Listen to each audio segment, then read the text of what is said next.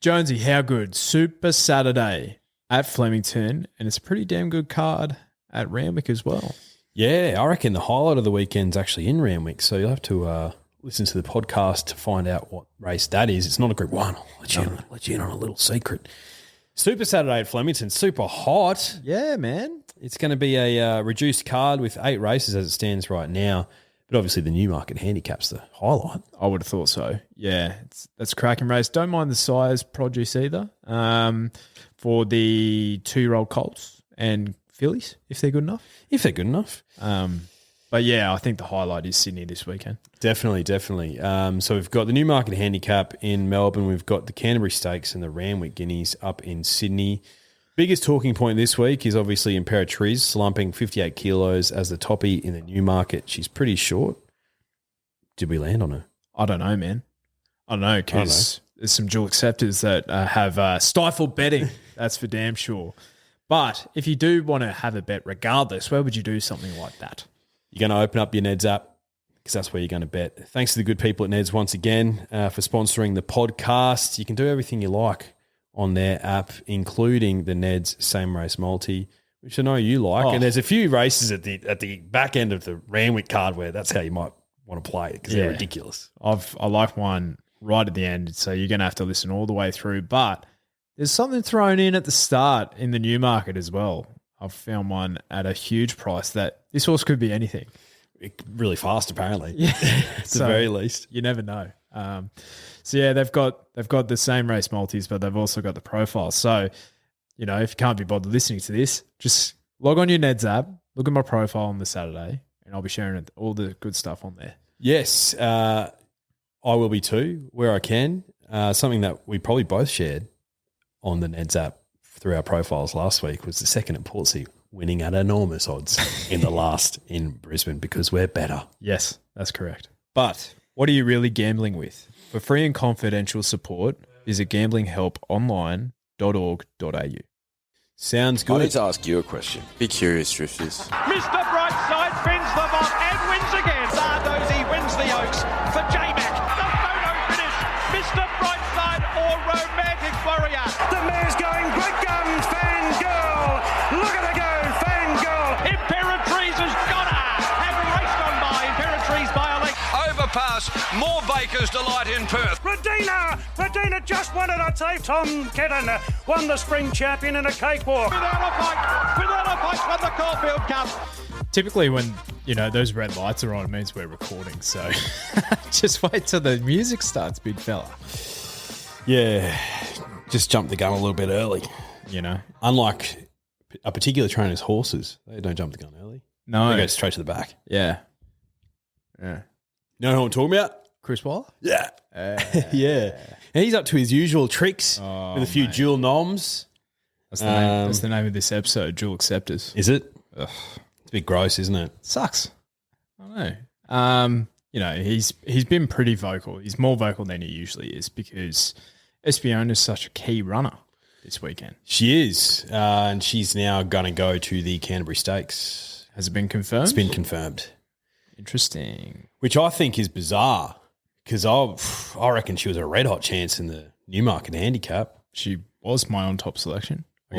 She's not anymore, mate. I guess because she's not going there. I guess I'll just wipe my ass with those teams. you can't get her on. You can't have her on top when she's not there, mate. That's not how this game works. I'm looking at my screen right now. Espiona, number 4, barrier 8, weak gutted dog, Jai McNeil in the saddle. That's probably why. That's probably why she's racing in Sydney. Well, Nick Scala was straight in the DMs, like, gee, that's a nice draw. But weak gutted dog, Jai McNeil's on. Actually, quite word for word. And I think it's more so because Mickey D did win the Rupert Clark on Magic Time, I'm imagining. But That's exactly why, yeah. But he did ride Espiona last start, so I don't know. I don't know, man. I don't know. Because the latest update I saw was if Chris had his own way, she'd be going to Sydney.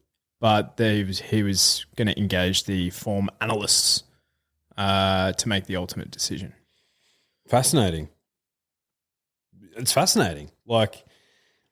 based on that first up run of the Lightning, 1,000 metres, weight for age, down the Flemington Straight, which she clearly performs really well down, gets a bit of weight relief off Imperatriz, draws a gate, dry deck. Dry deck?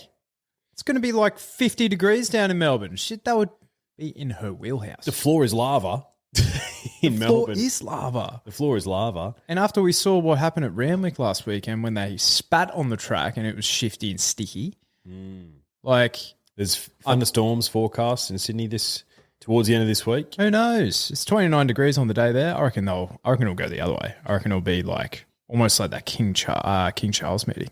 Remember that? I do remember that. It was like concrete. I reckon that might happen. Overreaction. Potentially. I feel like the horse racing industry doesn't overreact from time to time, does it? Never. Never. So that's the plan with SP. There you go. Well, fuck. Okay. I reckon You've got a bit of time to recalibrate and regroup. Yeah. Before we do that, and because there's a ton of races to go through this weekend, I gave you the brief of how do we fix the All-Star Mile, because at the moment, mate, I don't even know who's running, and frankly, I don't really care. I've had a lot of interest in previous years when the voting's been around, a bit more marketing about it. It's like, oh yeah, give the Battler a go. Mate, this time, bloody Godolphin are going like, no, mate, we'll take our horses elsewhere. Like Pericles got given a wild card, and he said, see you later. The wild card system has not worked. No, not at all. 5 letters, one word. DROSS. Dross. That's what the All-Star Mile is. And I've been thinking long and hard about how to fix it, mate. And, the solution I came up with is to completely scrap it. It's just dross, mate. Like, it's not an all-star mile because people can't vote in it. Yeah. Which is the entire premise of all-stars, right? Look, it doesn't help the fact that our, weight for age mile stocks are pretty low at the moment. So that doesn't help the race.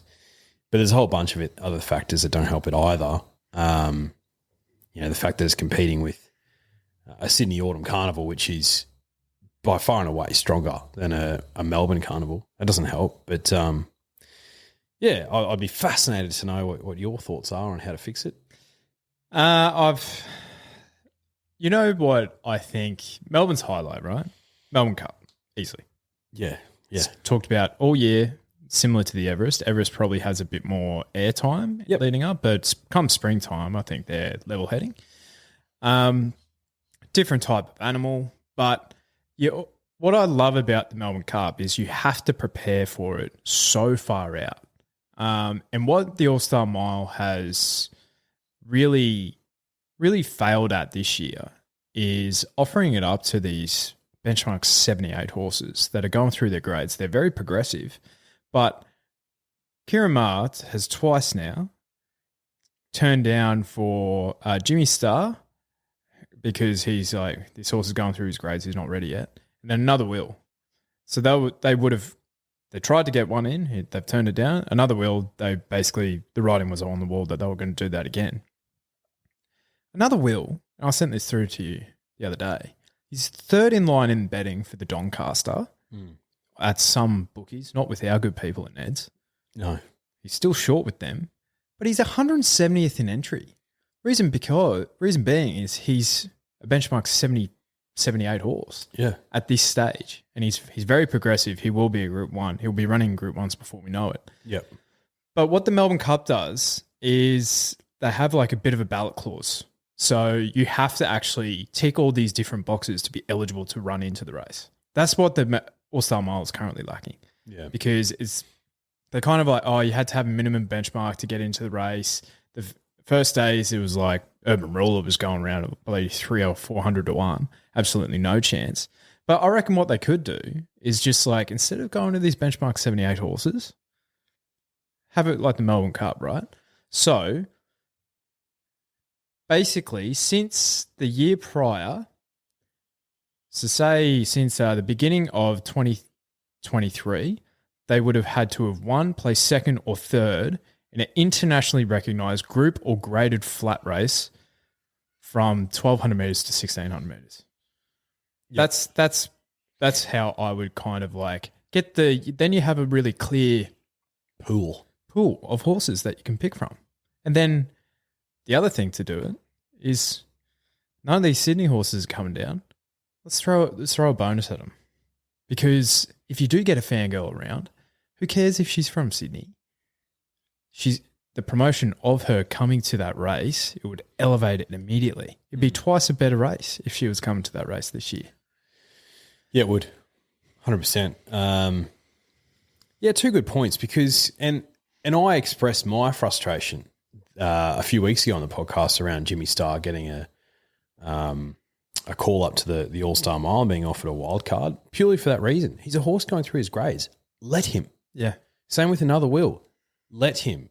Our mile handicap races exist for that very reason because it's an excellent gateway for a horse that's going through its grades to beat the handicapper, potentially get a Group 1 or run really well in a Group 1, probably before its time. But then so many of them who do that go on to establish themselves as genuine weight for age horses, which is what we're lacking so much in this country when it's getting to that sort of mile plus, right? Yep. Let them. Yep. And Melbourne racing is Victorian racing, whoever runs the All-Star Mile, whatever. Like they're handicapping themselves by doing that. And trainers like Kieran Maher, he's not an idiot, mate. No. He's not an idiot, but he's also patient. Yes. And the All-Star Mile to me reeks of impatience. Yes. So how would I fix it? To be honest, I've got no idea at all how to fix it. You said years ago that these concepts out the door. Yeah, it is. But if they were going to get more interest, make it like a set weights and penalties. Yep. So, someone like a Mr. Brightside doesn't have a mortgage on it. Like he's got a mortgage on this race, mate. Yeah, he does. And it's going to take a significant performance to beat him. Like you could say Pride of Jenny beats him, potentially. But she'd need to peak and he'd need to have an off day. Yeah. It's at this point in time a 2-horse race. So this is the All-Star Mile confirmed runners. Mr. Brightside, Desert Lightning, Buffalo River, Pride of Jenny, Dom to Shoot, Unimec, Cascadian, Ayrton, and Aegon. And Jewess got given a wild card as well. Jewess. She got beaten by 6 lengths on the weekend. Yeah. Aegon. What's he done for the last 2 or 3 years? He's placing in bloody Group 3 races over in New Zealand. Yeah. Like, surely they understand what's happening here. They know. Well. Yeah, they know. They're not idiots. They're clutching at straws, mate. They need to completely scrap it and spend the money elsewhere. That's what they need to do. It's $3 million. Hey, if they offer the second at Portsea a wild card, we'll be taking it. Oh, we'll be taking it 100%. I was thinking, what about the ultimate benchmark 100 race? Oh, I like that. Make it like a $2 million benchmark 100 race. So all these horses, Jimmy the Bear, things versus like that. Young Werder, I could get around that. And you make it, but that's the thing, you make it like a $2 million benchmark 100 race. So all these tough 7-year-old geldings who've never won a Group 1 and never will be able to, they have an ultimate prize. And the system that you have for that would be all right, if you've won a Group 1, Group 2, or a Group 3, you're ineligible. Yeah, you're ineligible. Listed will allow it. Yeah. But then what you get there is basically Jimmy Starr versus another Will. That's what you'd have. Which is cool. You'd have almost a match race between those two, but then there's speed bumps thrown in there like Young Werder. It's like, get out of my way, Young Werder. Come on. And then you make it you almost open up the voting only to racing club members in Victoria or something like that. Yeah. So they know the benchmark 100 horses because people in Queensland who like horse racing, are they necessarily going to know the crop that we're punting on every bloody weekend who just take turns in winning?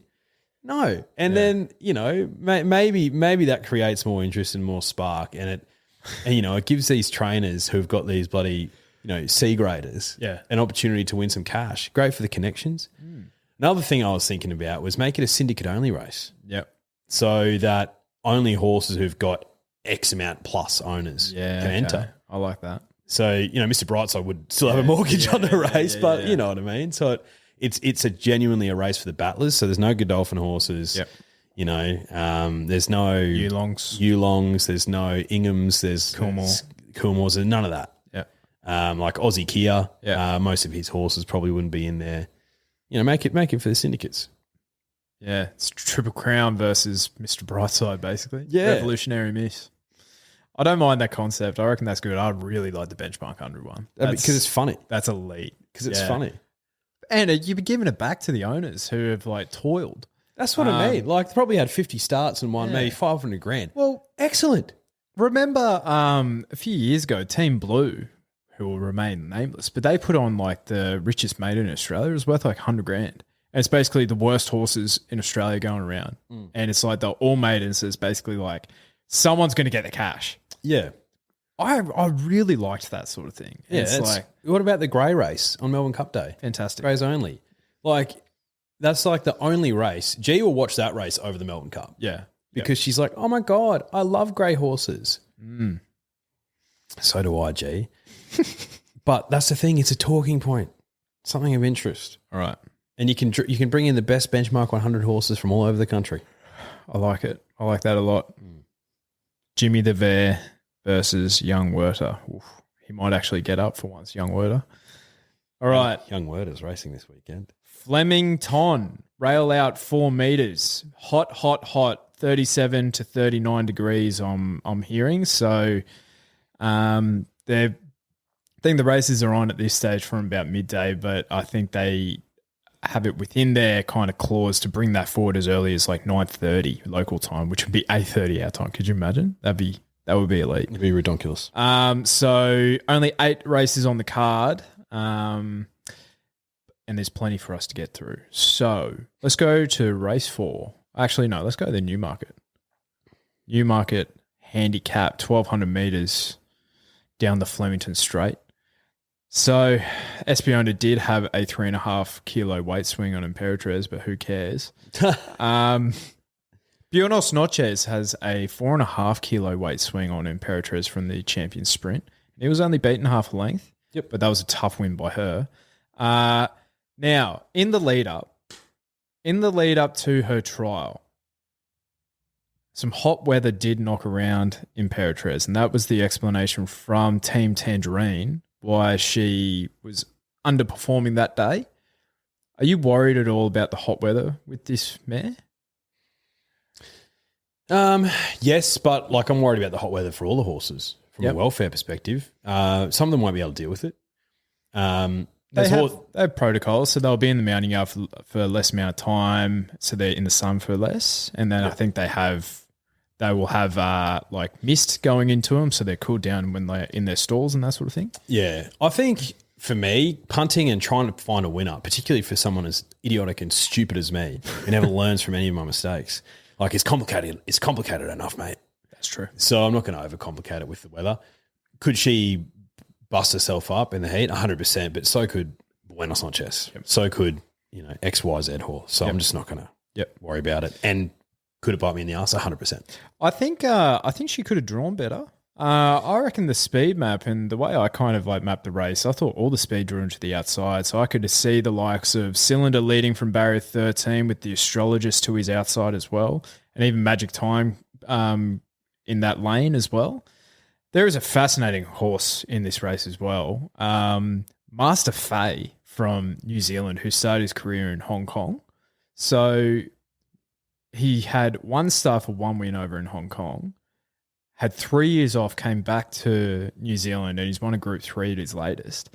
But his trainer, Chad Ormsby, said that when he went over to Hong Kong, he was like, not only will this horse win Sprinter of the Year, but he'll win Hong Kong Horse of the Year. He said, I've never ridden a quicker horse than this one. It is an absolute freak. What the hell? Yeah. So the way that this guy's talking about this thing, it could do a rocking horse and come over here and just absolutely surprise everyone. And it's only had 3 career starts. It's fascinating. But I thought Screeper maps to get one of the runs of the race here as well. Yeah, he does. Yeah, I'm fascinated to see what they do because we saw in the Estriella race the Inglis Sprint last weekend that they split. that was a pretty big field. Yeah. I think we had like 20 something nominated for this, accepted, and now we're down to 14 and soon to be 13 with Espiona. So will they split, or do you reckon they'll just converge in the middle? I reckon they'll converge. And the other thing which I did want to note as well, so Cup week, we had southerly breezes. We had one on the weekend as well. We actually have a northerly breeze, so that's coming from grandstand towards the rail. So basically, how I'm really playing that, and it said 20 to 30, which is similar to what it was on the weekend. So I think it has to get up to around 20 to 25 to actually have an impact. And I think the grandstand will protect a lot of that as well. But I think what it will affect is you want cover in the circle races, basically. And I reckon it'll be really hard to lead and win on the circle races. In the straight, could actually be the benefit to actually draw the rail side. But having any cover midfield, mid-pack could be beneficial, let's say. Yep. I agree with that.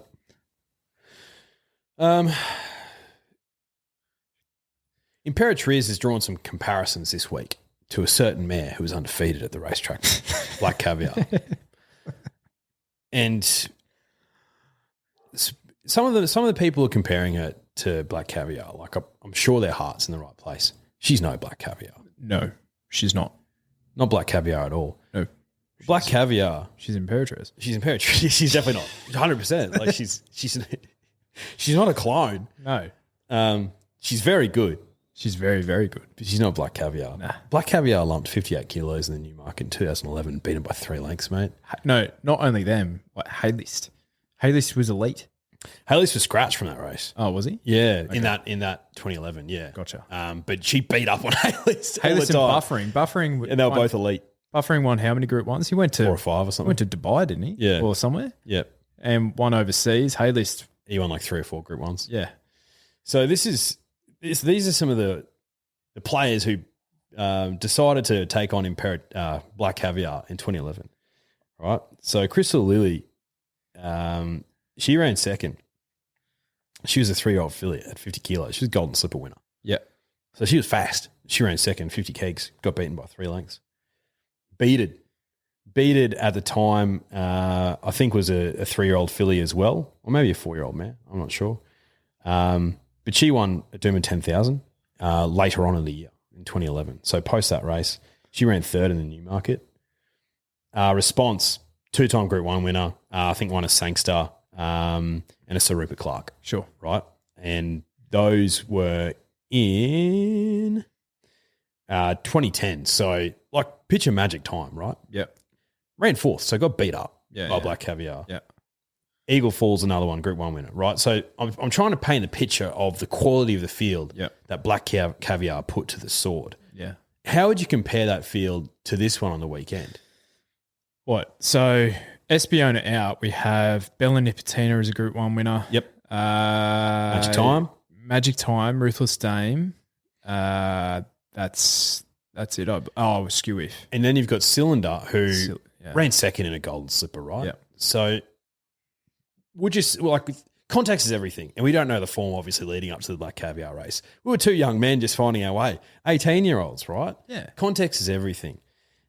Would you say that field was better quality than the one that Imperatriz is against? It's so hard to say. Yeah. But what my point is, Black Caviar was an absolute freak. Yes.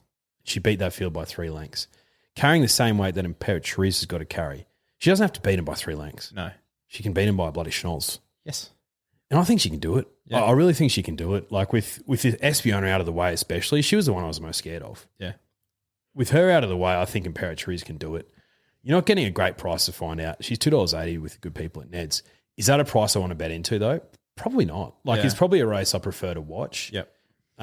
Personally, if I was going to steer you into things at bigger odds, I really like Magic Time. Yeah. I think she's smart. She's a very good mare. $7.50 with Ned's. Like if you want to bet around Imperatriz, she's probably the first one I'm going to steer you into. And the next one at 20s, she opened up a bigger price than that, Benedetta. She's the other one I'd steer you into because she was really good first up. She was great. Gets down the Flemington Straight, 1,200 metres is more up her alley. She draws well as well. So they're the two. But I want Imperatriz to win, mate. Like that's a heart decision. Head's telling me that it's not a bet though. Yep. What would your thoughts be? Well, I've had Espiona on top. And So you're just the toys are out of the cot. She was a Shattered. cracking bet. She was a cracking bet, mate. yeah, well, I'm looking at $9.50 on my screen right now. Surely she's gotten out. Yes, yeah. So she opened about $7.50. Like Yeah. shit, that was a bet all day long. And the two that I was looking really hard because I really wanted her to get beat from a form perspective. Yep. The other one was Buenos Noches, who, all things considered, first up, right? Tearaway leader Malkovich got way too far back. Way too far back. Was lame. Shifted a plate as well, maybe. Yeah, he was lame at least. He was only beaten a length and a half. Like, he's actually run out of his skin. We know he's a straight track horse. And he grows a leg down the straight. Thing for me is with that rock hard deck, I think he is better with some cutout, all things considered. But he did run well down the straight in the Darley. So, I don't know. And he gets a massive weight swing. Magic Time was the other one as well. She was on face value a little bit flat first up last prep, but she had a wide run. And then she absolutely grew wings after that. Espiona was the one. Second up, she absolutely brained her tissue. So I'll be betting on her in either Group 1. So wherever she goes. Screeper's the other one. As I mentioned, he goes into my first 4 now. I think he's just drawn perfect. Can be more tactically on pace as well. And in the middle of the track, which could be the best place to be with Froggy on. He could break his drought here, Froggy. So we'll see. But I think the numbers I had in my first 4, which we do for our previews on YouTube if you want just that content, I had Espiona on top, Imperatrice for second, Magic Time third, Master Faye for fourth. So I have to now promote her up to first, Imperatrice. Yep, that makes sense. The only other one that I wanted to draw your attention to, because I'm fascinated to get your thoughts, 3-year-old Colt Cylinder. Oh. Is he one that you just have to see him bounce back before he's even at that price of betting proposition? Yeah, I think so. I think the 1,000 metres was far too short for him as well. I think he's probably, about that 1,200 metre horse, but, he's been down the straight twice now and he hasn't really gotten the chockies. He hasn't raced well at all. So, definitely want to see him. Tongue-tied does go on first time, so maybe he had some breathing issues last start as well, but J. Carr can't do anything wrong at the moment.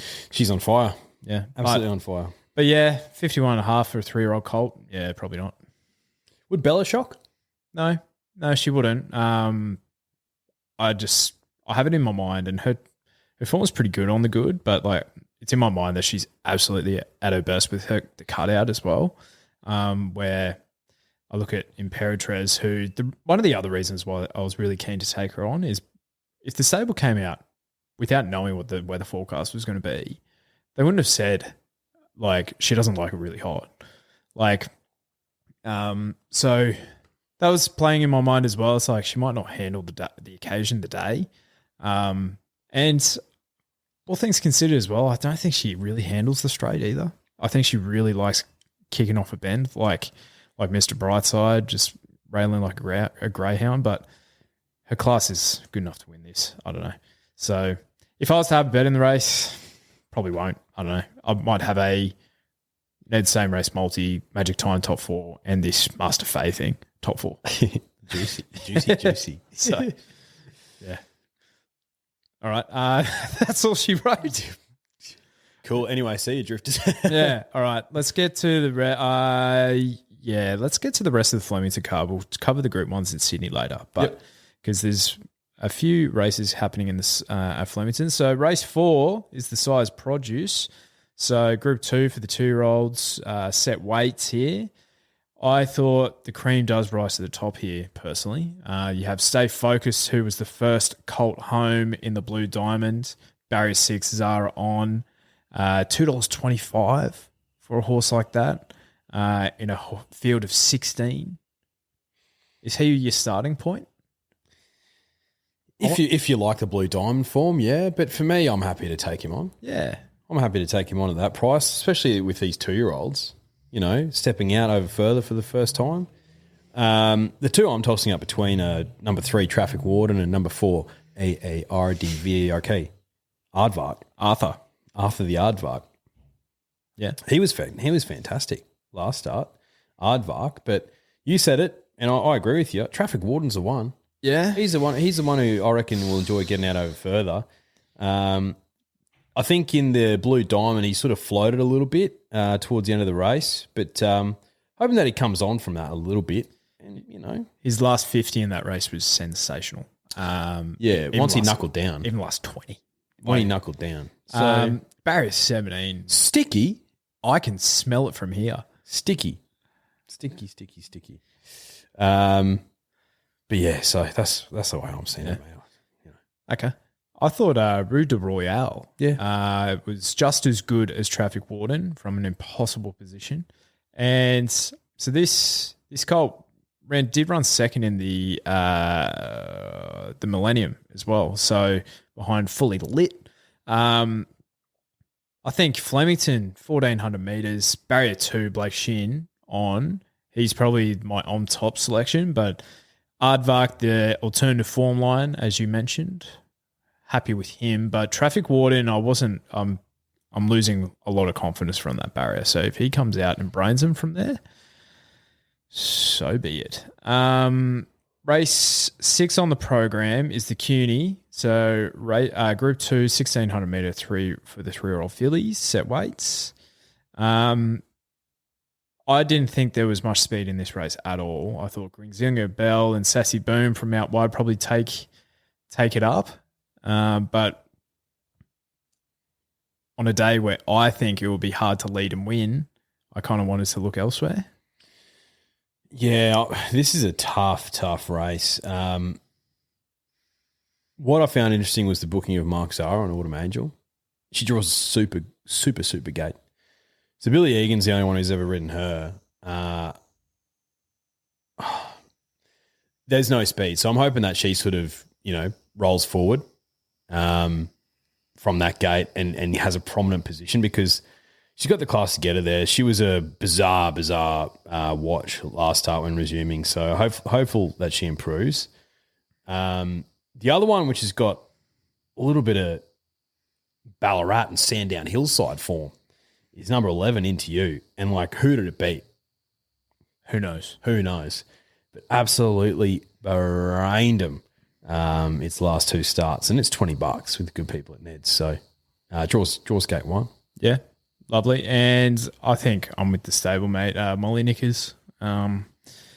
Loved the first up run. Barrier 6, big balls, Benny on board. I think she can. I think she might be the classier of the two, in my humble. But we'll see. We'll see if that eventuates. I think she's on a binary path, Autumn Angel. So, could still be 1 or 2 runs away. The Shaftesbury Avenue is race 7 on the program. Group 3 handicap. And I can confirm that Jimmy Starr is heading to Newcastle and is firming in the market. Isn't that ridiculous? It's ridiculous. So, you're going to get a haircut on any of the prices here. There was a big go for 2 horses in the all-in markets. That was number 1, Berkshire Shadow, and number 3, Amenable, who we mentioned on the review podcast on Sunday as well. But Berkshire Shadow, Group 1 placing in at Royal Ascot and a Group 2 winner overseas as well. So probably the class horse in the race, 59 kilos, has to give the likes of Amenable 4 kilos, who's been jumping out really, really nicely. Where are you landing here? Yeah, I've got a back Amenable, friend of the podcast, been gelded, been trialling super well, read into the trials what you will. I'd prefer to take that over Berkshire Shadow. Yeah. For me. $4.50 for Amenable. And as you mentioned, he's 50s for a Doncaster at the moment. So if he brains him here, he'll firm up. So 50s for a Doncaster and 50s for a George Main as well. So I think that's the next run in the prep for Amenable as well. So happy to land his way. The Matron Stakes is race 8 on the program, 1,600 metre Group 3 for the mares, set weights penalties. a lot of these go around and bash up against each other. I'm talking your Eternal Flames and your Foxy Cleopatras and your Running Bys and your Unusual Cultures. They do. And unfortunately, the victim's got to find them all the time. She was plain last start. Like, she really was, but I've got to dive in again. That's number 6, Foxy Cleopatra. She's a massive nonny from what I've seen thus far. I don't know what they do with this horse to try and just stimulate her a bit. But you're not getting a good price to find out at all. But, she's the one that I'm going to back, but with zero confidence. Because you're right, like they all just take it in turns. It's ridiculous. Yeah. I think there is one that does break that mold. That's number 1, Foxy Frida. She's a winner. 31 career starts, 10 wins, 7 seconds on her resume. Like, you know, what's that? I know, quick maths, 55% of the time she's running in the top 2. She was really, really smart first up. I think she does her. I had to look through her ratings, and I think her ratings when she runs second up are really, really good for this sort of grade. And at Flemington as well. She flies at Flemington, Foxy Cleopatra. So, Foxy Frida, rather. So I think she's the clear on top selection for me. $4.50 with Neds. Good bet. Now, let's head to Randwick. So, as we mentioned, sticky track last week. I think the rail is out 4 metres for the... Out 3 metres, rather. So we have the Challenge Stakes. We have the Canterbury Stakes. And we have the Randwick Guineas. But let's start with the Canterbury Stakes, the first of the 2 Group 1s. Now you have Espiona staying in Sydney for this race. Yes. Versus think about it. Think about it, not think it over. Could we have 2 thinks in a row? Maybe. Potentially. I'm fascinated to see where he gets to in the run. So you have Malkovich lead him up. Cold Crusher on the quick backup. Blinkers on. And then, you know, Lady Laguna goes forward. Think about it's drawing the widest gate. Pericles will kick up. And think about it's been really, really versatile throughout his career with where he lands. You know, do you reckon he goes to the tail end of the field from that gate, or do you reckon he tries and kicks up? Therefore, risking being hung out to dry, 3 wide, no cover. Yeah. What do you reckon? Yeah, you're probably right. I could see the likes of Cold Crusher going forward, Bandersnatch, Malkovich, Lady Laguna showed speed, Pericles as well. Like, I think this would be run pretty genuinely, I think. Yeah, I reckon they probably... I think Joe Pride... I'm happy to take him on in this race because Joe Pride, to his credit, has been like Doncaster for this horse. Like, the grand final's still a month away. So I'm happy to... He'll run really, really well. I am happy to take him on. I'd be way more confident if I was backing him if he drew like Barry 4. Yeah, 100%. Barry 8 sucks for him. Yeah. Big time. Yeah, it does. And we saw at the end of his prep over 1,300 metres that he's not bulletproof. It just took the shine off it a little bit, didn't it? Yeah, and like he's won an Everest, which is awesome, obviously. But I wouldn't say that was a vintage Everest. No. And secondly to that, you're 100% right. He's not being trained as a sprinter, this prep. He's being trained as a middle distance horse. So I think he's honourable first up as well. I think he's deserved a favourite, but I reckon you'll get $2 on the day. I think so. I think Espiona's the one as well. Yeah. Just because of the price difference, and that first up run was so good. Yeah. J-Mac on as well. Yeah. True. Which is a big booking. I'd love to see his 7 stars, 3 wins, a second and a third. He lifts him. And plus, I think Chris Waller wants some redemption this week. I would agree with that. I actually think, mate, Joe Pride has a sensational booking of horses at Randwick this weekend. Mate, there's a race this weekend, which isn't a Group 1, but it's the best race of the weekend. Yeah, absolutely. Yeah, I've got Espiona on top as well. Just because I just want to as well. Like, I don't know what it is about Think About It.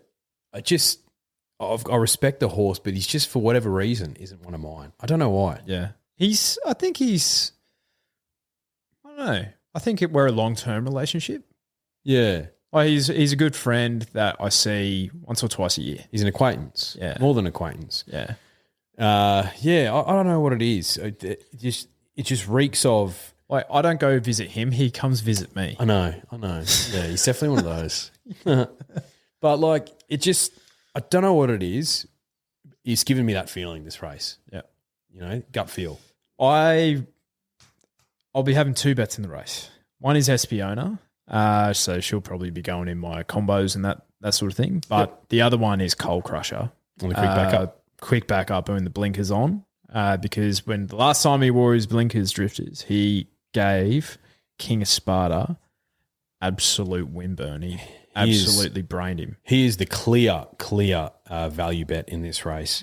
You know, he's a better price than Lady Laguna, and I know who I'd be taking weight for age over 1,300 metres. 100%.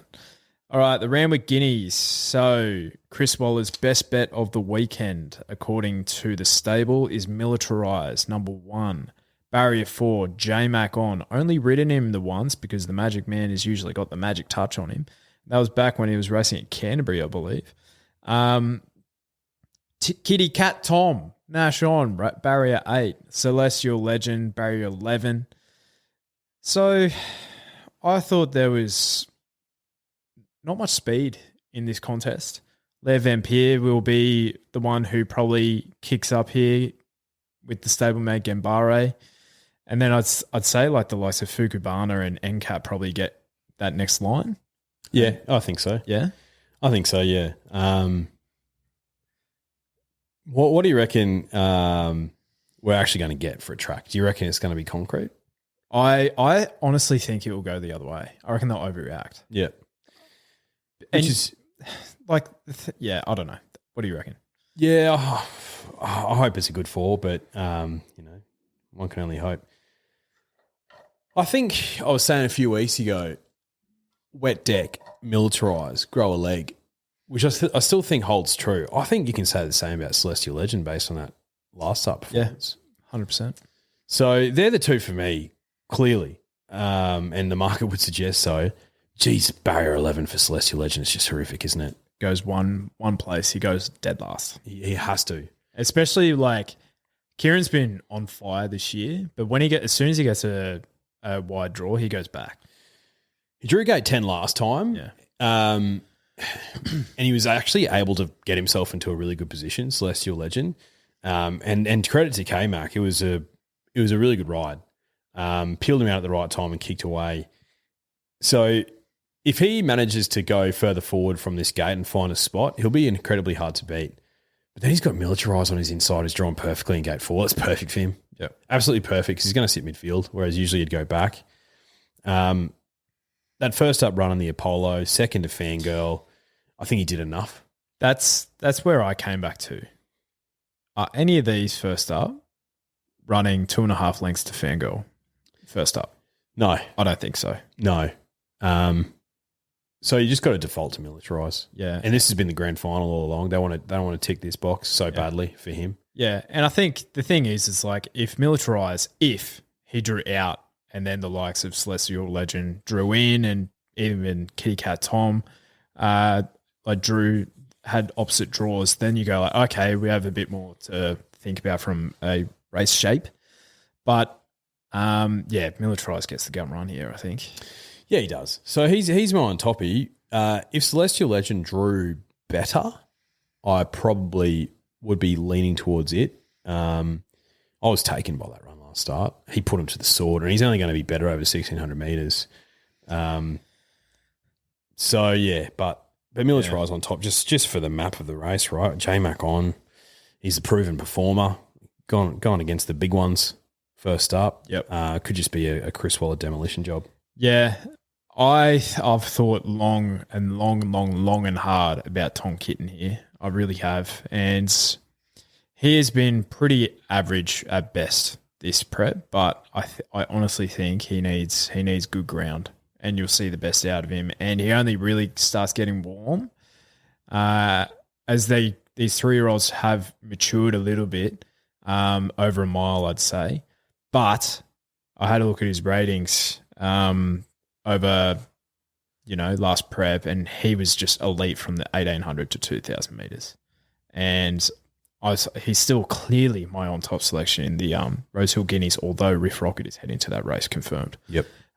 So I think Militarise, I really wanted to put Tom on top, but I've learnt the way of Militarise because barrier 8, they're going to have to ride him cold again. I think Militarise will be in front of him. I don't think Tom Kitten will run past him. So that's a good way of putting it. Yeah, so that's what I had in mind. I think I'll have Militarise on top, Tom Kitten running second. I think Lev Vampir's been good, and he's third up here as well, so he's probably the fittest of the Waterhouse Bod horses. I gave him a good look purely because of never being able to learn my lesson. Like Tropical Squall last week. He leads, and there doesn't look to be a stack of other pace in the race. But then I watched that replay of the Hobart Hill, and I probably want him to stick on better. Yeah, I agree with that. So, but, he wouldn't shock at all, and you're getting a good price to find out. Yeah. And then, Celestial Legends in the numbers as well. I think the market's got it pretty much right. The only one that I didn't have mentioned that the market has is NCAP, and he will never see any of mine ever again. Nope. All right, let's have a look at the rest of the card at Randwick. There's plenty to look through. So if we go to race 2, the Riesling Stakes for the 2-year-old fillies, set weights, 1,200 metres. Too Darn Lizzie comes back from her demolition job at the Gold Coast on debut. I wasn't as taken by her trials. I think they gave her a little bit of an education job last trial where she sat behind runners and was ridden out and she didn't really accelerate. So I reckon she will be a leader in the race, as Waterhouse Bot typically do. But I'm keen to take her on at the $2.70 here. Yeah, where are you leaning towards? You're leaning towards Castagna or Extreme Diva? Neither. I'm going for a little bit of value. I'm going reasonable point for Ben at Brisbane. So this filly came from the clouds to finish second to Aardvark. Aardvark. And that was only over the 1,100 metres. Barrier 6, solid draw for this filly. Melbourne Way, no idea. Sydney Way, no idea. But 1,200 metres helps. Happy to spec her because that was a super, super run. Really, really good. So Extreme Diva adds interest. Barrier 1, don't know, probably going to get into a similar spot as last week. Yeah, I think so. I'm with Castagna. I think I'd rather take the $4.80 with the good people at Ned's about her, with the form around Switzerland and also beating up on Embassy, third up here, drawing a gate, than the $2.70 with Too Darn Lizzie, who was very good down the Gold Coast, but, bit of a freshen up, come here. I'm thinking this is just going to be a bit of a fitness run to get her into the slipper. Little filly, Too Darn Lizzie. But, Castagna's the on toppy for me. Yeah. Well played by you. Race 3 is the Randwick City Stakes, listed grade 2,000 metre handicap. So Military Mission was, I don't know, he was a top 10 friend of ours for the Melbourne Cup. I think he ran about 10th of that race. Yep. And then he came out at was it Sandown or whatever race that was the next start. He absolutely brained him. He's a good horse, Military Mission. 2,000 metres first up. How many trials is that? 4 trials. I haven't been impressed by any of them. I'm happy to let him go around without me. I think he's clearly one of the best horses in the race. But then you have the likes of Bois d'Argent, who ran 4th in the Caulfield Cup behind one of the, I think it was the second fastest running Caulfield Cup of all time. Something like that, yeah. Behind Without a Fight. He's been mentioned a couple of times on this podcast. Beaten 4 lengths still. I think, you know what, we probably talk about our winners too much on this podcast, mate, so put a plug in it. Canberra Legend was super first He was up. great first up. He was great. Now, I'm predicting that it is going to be a pretty hard track on the weekend. He has 5 starts on good ground for nothing. So I'm steering clear of him after that flashing light first up run. So I'm interested to hear where you're leaning. What about Serpentine? Yes. I reckon Serpentine. Just because, like, the one I was scared of was Canberra Legend, and I looked at his form over good tracks, and I was like, happy to take him on. Yeah. He was very good first up, and wouldn't surprise. But Serpentine's $8, and you know where he's going to be, and he usually runs a bomb fresh. Yeah. First up for one win and a second of 8 starts doesn't really read that well. But you're forgetting, mate. Like he had a few of those at like overseas. I think he was like first up in a 2,500 meter race one day. So, you know, you can forgive him for that. I think what they've learnt now is he's a middle distance horse. He's not a stayer. No. So 2,000 meters. First up, you know where he's going to be. You know what the grand final for this horse would be? Q22. Yeah.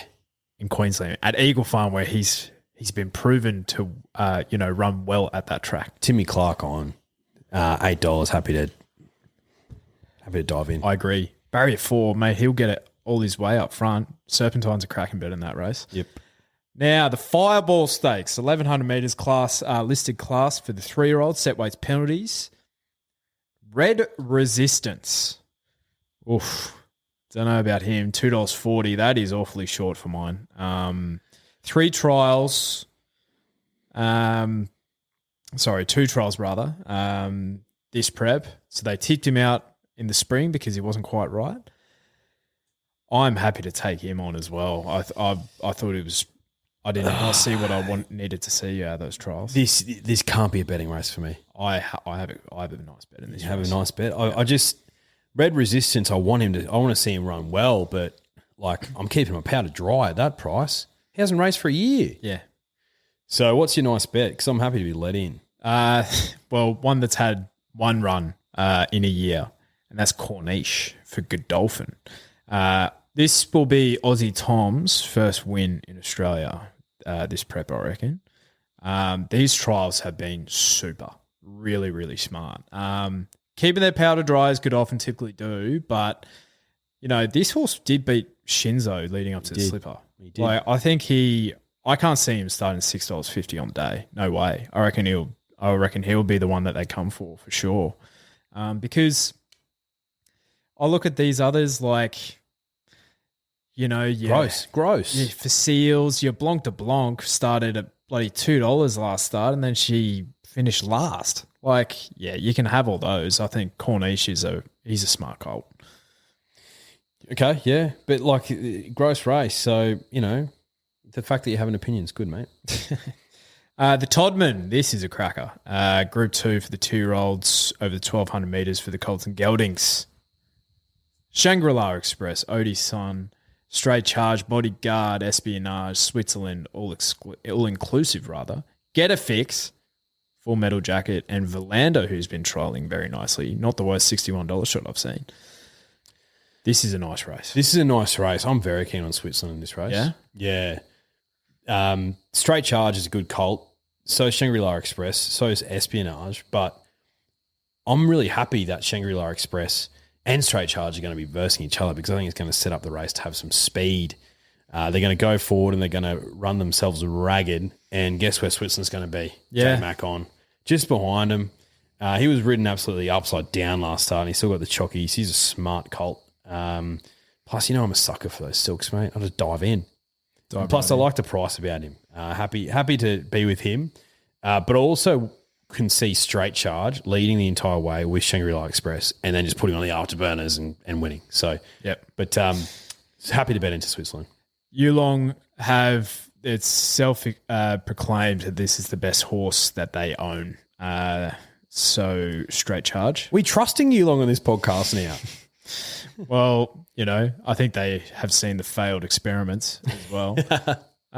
So, yes, I acknowledge Straight Charge, sure. Mate, there is absolutely no universe that I'm not betting on Bodyguard here. You have to.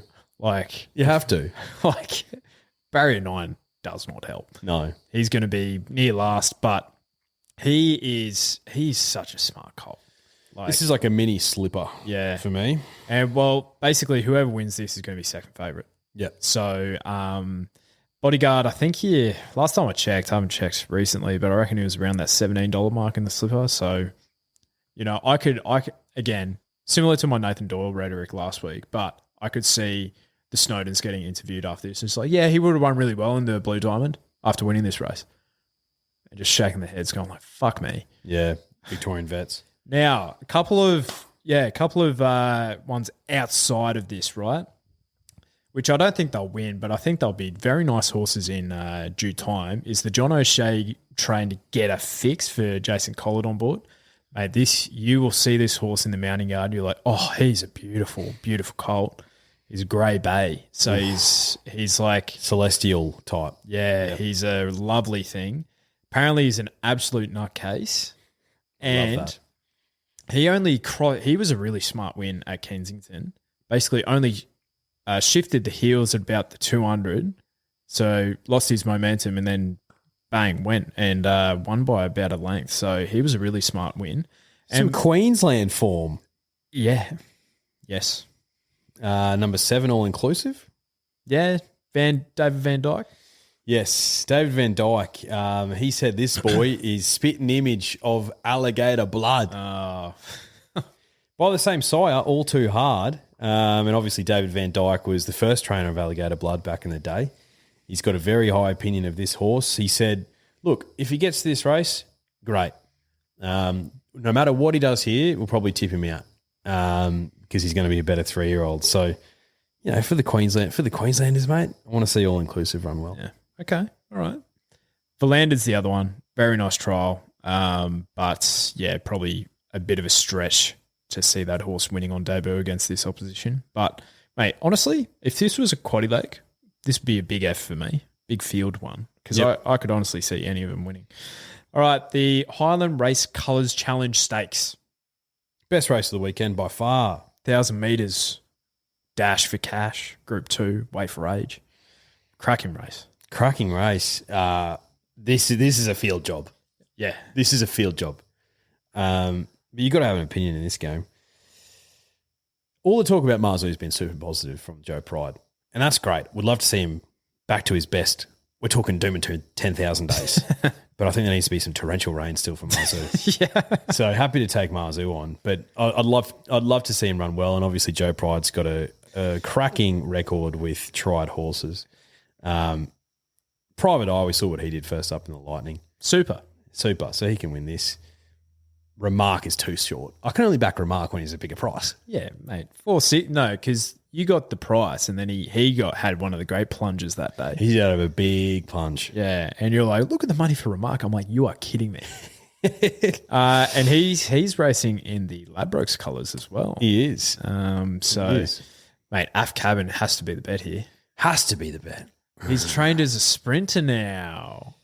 They've learnt their lesson from the Randwick Guineas last year. Definitely my bet here, Af Cabin. Look, he's a horse who can give you an absolutely jaw-dropping performance, or he can give you something where you're just like, he was stinky, but I have to bet into him here, Af Cabin, because, I think he's going to show the world that he's a genuine sprinting horse, Af Cabin. So he's my on-top selection.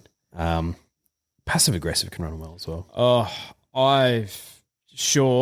her jump outs and trials have not been nothing of note for me. There was one jump out that she was in that I was really, really disgusted by. Pardon me. Af Cabin, on top. His trials, he's been the trialer of the autumn so far. And what does that get you? I don't know.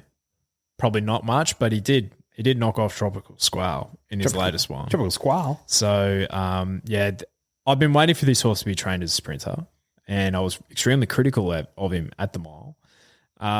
The other thing that I am a little bit nervous about is Good Ground. From memory, he did show his absolute best with his toe out. So if it is a rock hard deck on the weekend, I'll still have a little play to figure it out. And I just want to make a quick note of Private Eye being in this race. So I find that fascinating. Like, I would have, if I was Joe Pride, he probably would have been 58 kilos as well in the Newmarket. And I also find it fascinating because Joe Pride was harping on about Imperatriz never versing the best up in Sydney. Yeah, I know. So is he purposely avoiding her? Because that's pretty hypocritical. Joe's like that, you know. I think the way he said it was like, I like him to travel and have a run in interstate, but he's going to be racing at Randwick in his grand final, which is the TJ. Which I can understand that, but also if you want to take on the best, mate, if it's not suitable for one horse, Yeah, what about the other one? exactly. He probably goes like, well, you know, I've already done it once, so I don't want to lower his colours again. But like at 1,000 metres, I don't think that's a good setup for him. Not saying at 1,000 metres. No. I'm not betting into $2.15. No way. Could he win? Yeah, 100% he could. Yeah. but not with my money. Mate, he's a miler. Yeah. Private eye. Like, yeah. Anyway. Now, the Moyston Cooper, aspiration quality. The Group 3 for the 3-year-old fillies and the mares. Handicap conditions. This is nearly my best bet of the day, and it is a huge price. Okay. But I'm keen to hear what your thoughts are. Oh, this was a tricky race. I was sort of looking before prices came out. I was sort of looking at number 12. How good are you? Yep. So she was great last prep. Strung together a bit of a picket fence, or nearly. Let's call them cricket wickets with a couple of seconds in there as well. It's been pretty disappointing this prep though, but I think it might be the soft decks. She's had 2 goes on soft decks for absolutely nothing. So I think the key to her is a good deck, and it doesn't look to be a stack of leaders in this race. So we know how good a you is going to lead. Hoping she bounces back, and she's $10 at the moment, but I don't have a firm opinion in this race, mate. Yeah. I'm honestly considering having City of Lights number 18 for Joe Pride as my best bet of the weekend. I was looking at her as well. Like $15. That is a stupid price. I cannot see a universe where she starts that price on the weekend. Chad on, you know, this daughter of deep impact. But her win at Canterbury was jaw-dropping. She was absolutely sensational. Yes, the half-sisters of Winks, City of Lights. Oh, there you go. Did you not know that? Oh, Vegas Showgirl. There you go. So, yeah, she's very, very smart. And, you know, Barry 15, you know, they'll probably be the reason why she won't be my best bet of the weekend. But at $15, I'm gonna find out. That's for damn sure. Worth a spec. Yeah, because you have the likes of like Lekavate and Osmos, who, with all due respect, you can have them. Yeah, as like the favourite runners. You can have it. And this is a race where you're trying to find a roughie. Absolutely. The Winona Girl quality, 1,200 metres, Group 3 for the mares. This is the way we end it at Randwick. It's a bit tough, isn't it? This is tricky, mate. Very tough. Very tricky. Who's the favourite here? Cool Die. The newly trained for Joe Pride. So Joe Pride has City of Lights, and he also now has Cool Die. Yes. I reckon his whole stable's running this weekend, Joe. Yeah, just about. Bloody hell, Joe. He's got Rainbill as well. I don't know if he's always had Rainbill. So this is the second prep. Okay. Yeah. Look, I know that we talk shit about CS Magique, but that was a good run first up. It was good. It was good. And she's a bit of a nonny, but I don't know. I feel like she's the one that I want to bet on in this race. Yep. It's just a gut feel. I'm sorry, Drifters. I don't really have anything more to say other than I feel like she's due and this is the one. Yep. Yeah. You know, she was. What would Samana be in this race? What would Alentia be in this race? Yep. You know, so I think $5.50 is about the right price to find out. Yep. Cool Die for Joe Pride. You know, they were in the Canterbury and they scratched from that to race here. So good indication. Few trials in. She's been looking the Adam Goods, but she was trained to be like a middle distance filly, but I think they've kind of like learned that she's got a bit more, you know, spring in her step. But in saying that, she's never been one of mine, Cool Die. So I want to kind of see her do it. But I am I'm going to have a bet on the stablemate here, Rain Beal at $7.50. She was good against the boys last start, only missing by less than a length against the Bred Car and Omni Man. She is a long time between drinks, though. 124 weeks is a long time. Very long time, Rain Beal. From memory, she's a big mare. Yeah. From memory. Used to wear the Melbourne Storm silks. She did. So it just takes a little while to sort of wind up. Bit of weight relief. I couldn't begrudge her. Like, she went from a benchmark 94 to another benchmark 94, but she's drawn sticky both of those. Barrier 9 and Barrier 12. She draws Barrier 6 here. Tyler Sticks. I like that. I like that setup. Third up, she could be, I think she's a nice bet here, Rain Beal, because there's a lot of slow ones here. Yes. So, like, if you land the last two legs of this Sydney Quaddie Drifters, you're doing incredibly well. It's tough. It is tough. Tough. But there is plenty of opportunity to find some value. All right, so Challenge Stakes is your highlight for the weekend. Yeah, it is. It's almost like a mini Everest, I'd say. And it'll be a very important race heading towards the TJ. Obviously, we know Imperatrice is going to be there, but who is going to fill the minor placings? I Wish I Win heading first up to a TJ. Yeah, fascinating. Moods is weird training him. Like, he obviously knows. Like, obviously, we don't. Yeah. Well, but he doesn't follow the typical path with I Wish I Win at all. No interest like self-interest because he's in the ownership as well. But I think I heard a very good point from someone. I think it might have been Sharky earlier this week on RSN. It was either him or someone else.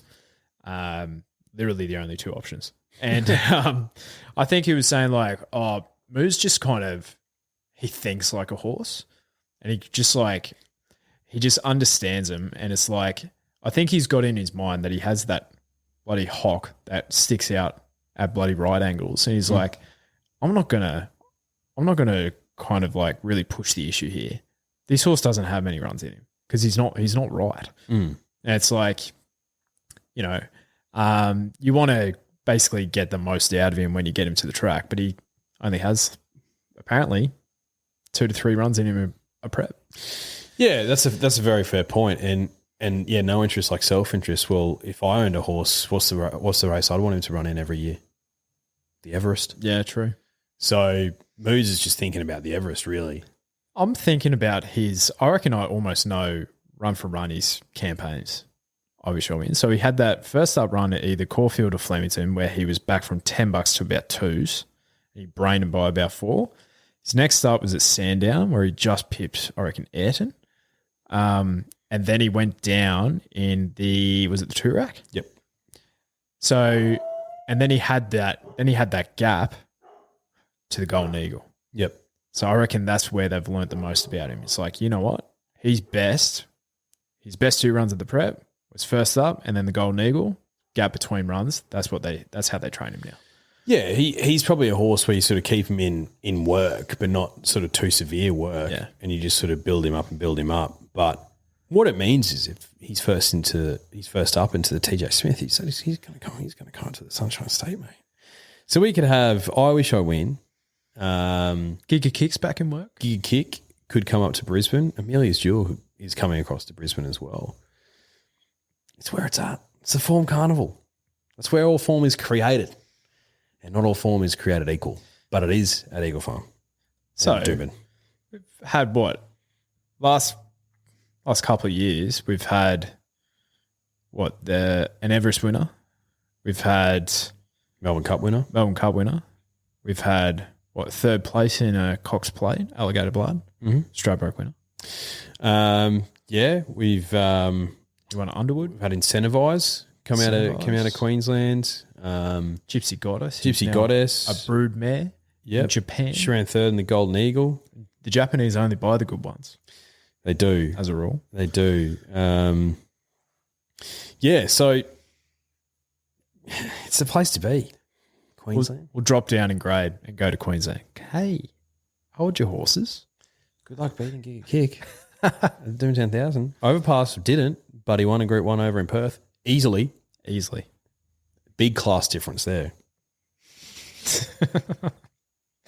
All right. We'll be back on Sunday to review it all. Bit of a moving day, I feel. Yeah. Yeah, reckon. big moving day. I think, the Challenge Stakes is the highlight for me. Fascinated by the 2-year-old race, just to see who's going to be filling out the placings for the slipper. And the Randwick Guineas, like militarises the bet, but I've just got a weird feeling that there could be an upset there, whether it's Celestial Legend or someone else. Agreed. And that therefore determines, what's going to happen in the Rosehill Guineas and by extension, but to a lesser extent though, the Queen Elizabeth. Fascinating. I think you take 2 quaddies in both states. You go real short. One with Imperatriz one out, one with Militarised one out, and think about it one out. 100%. And probably Espiona. And then you could almost have the field in that race because, there could be upsets everywhere. There could be. Anyway, So fascinated. We'll find out.